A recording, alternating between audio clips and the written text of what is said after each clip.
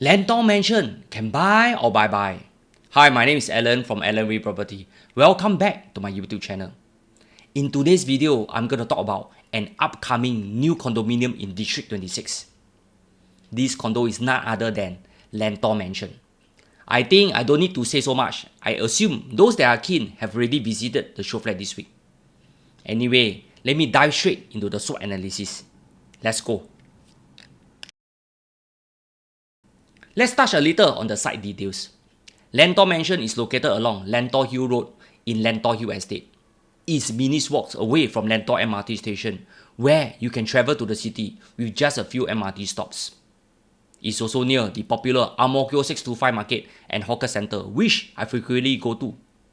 It's developed by a joint venture of two of Singapore heavyweight property developers, Interpret Investment, or a subsidiary of Hong Leong Holding, team up with sister company Guaco Land for this collaboration.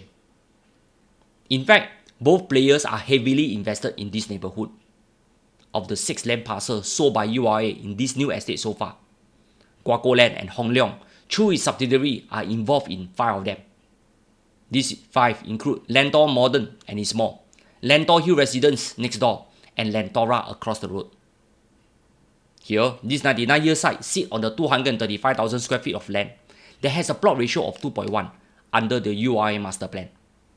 Based on the winning bid of 486 million, the purchase price translates to a land rate of 982 PSF PPR.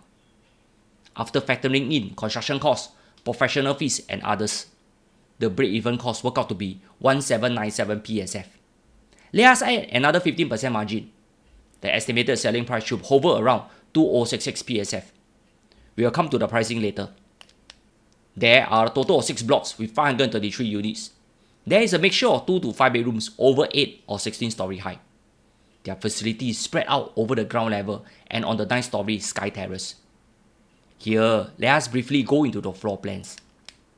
These are the floor plans from 2 bedrooms to 5 bedrooms. Take note that the aircon latch is now excluded from the calculation of the strata area under the harmonization guideline implemented by URA for the GLA site. This is a good news to consumers such that buyers do not need to pay for an overly sized aircon latch that is technically the most useless space in the entire house. So much about the floor plans. Let us dive straight into the SWOT analysis.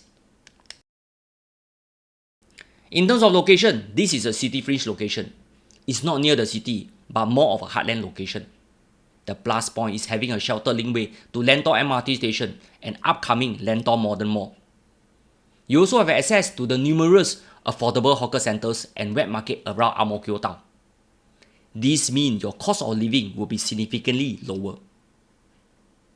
Anyway, the second plus point is within 1 km to CHIJ, St. Nicholas School and Anderson Primary School. Singapore property prices have a high correlation to primary schools. Whether you believe me or not, although some ministers have mentioned before, all schools are good schools, I have to partially agree with it. But some schools are really different. Let me share with you an observation.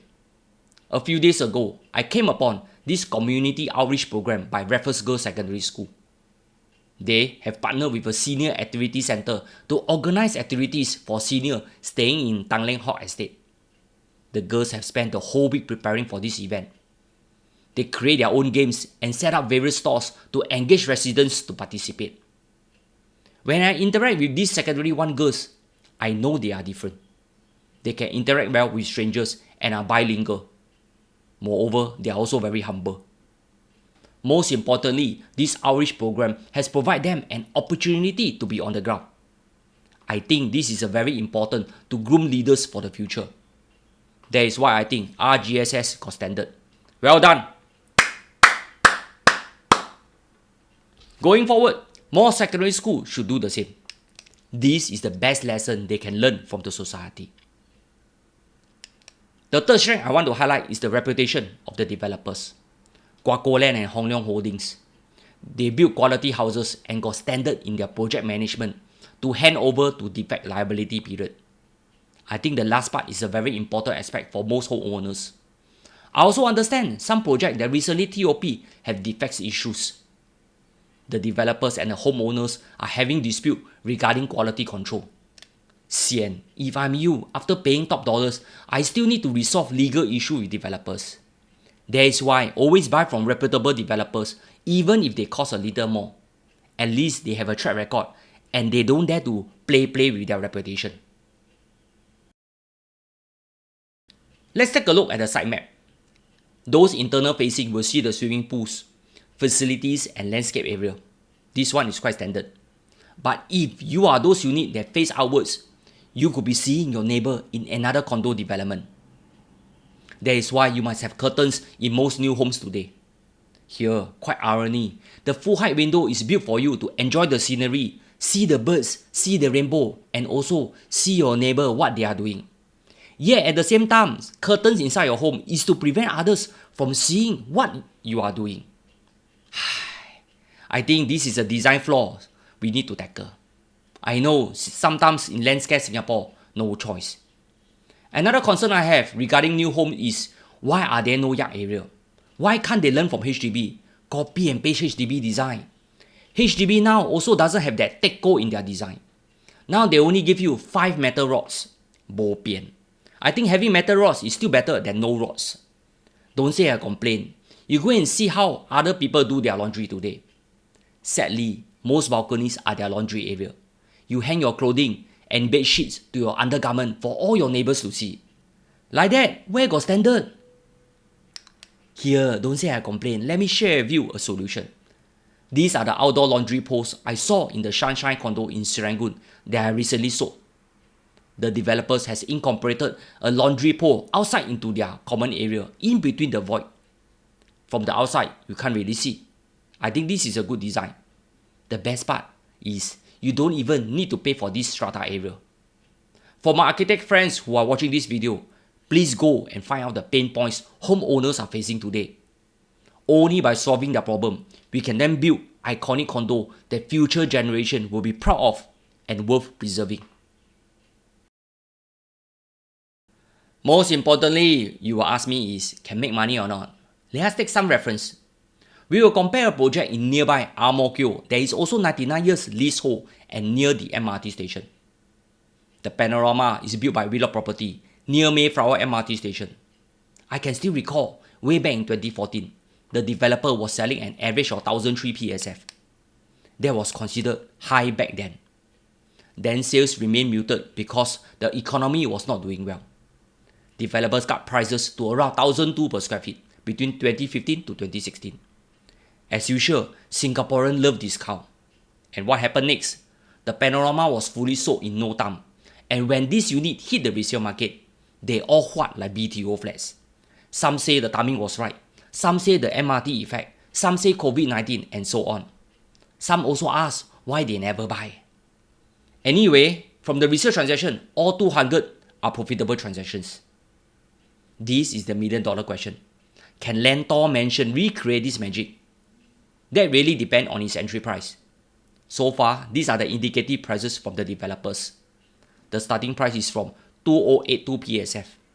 Remember, the break-even cost worked out to be 1,797 PSF and a 15% profit margin is around 2,066 PSF. This means this is a fair profit margin to undertake all these risks.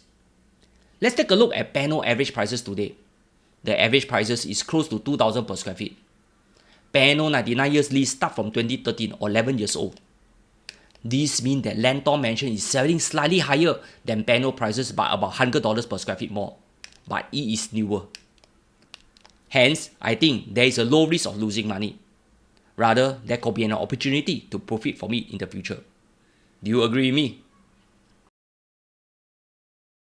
As usual, my only concern is the oversupply situation in this area. There are currently 7 GLS sites that are sold. Only Lentor Modern is almost fully sold today. The rest, such as Lentor Hill Residence, Hillock Green to Lentora, still have units selling. We still have another 2 sites that are not launched yet. They are Lentor Central with 475 units and Lentor Garden with 500 units. All in all, there are close to 3,450 condos in this cluster. Never ever before has Singapore GLS history seen so many new homes coming up at the same time. The most comparable I can think of are West Coast and the Tanah Merah area. How will prices perform going forward? Will there be a competition between each project? Will there be fighting over prices? I'm very sure when buyers buy at such prices, they will unlikely be selling below their purchase price. Why? Simple. Most buyers today are not stretching their loan due to the TDSR and LTV ratio. MAS has done a great job to encourage financial prudency. That is why property value can hold very well in Singapore, among other factors. Here, can buy or buy. Always buy with a long-term horizon. Don't stretch your finance. Have a stable job, and most importantly, have money. If you fulfill the above, then go for it. Reputable developer, decent land area, away from the main road, and don't need to pay for that useless aircon latch. Long-term wise, you wouldn't lose money from Lentor Mansion. If you are keen on this project, kindly contact me. See you in the show flat. By the way, this is the last weekend to see the show flat. Check-out off is by 11th of March at 2 PM. That's all. Please like, share and subscribe to my YouTube channel if you have not done so. See you soon in the next video.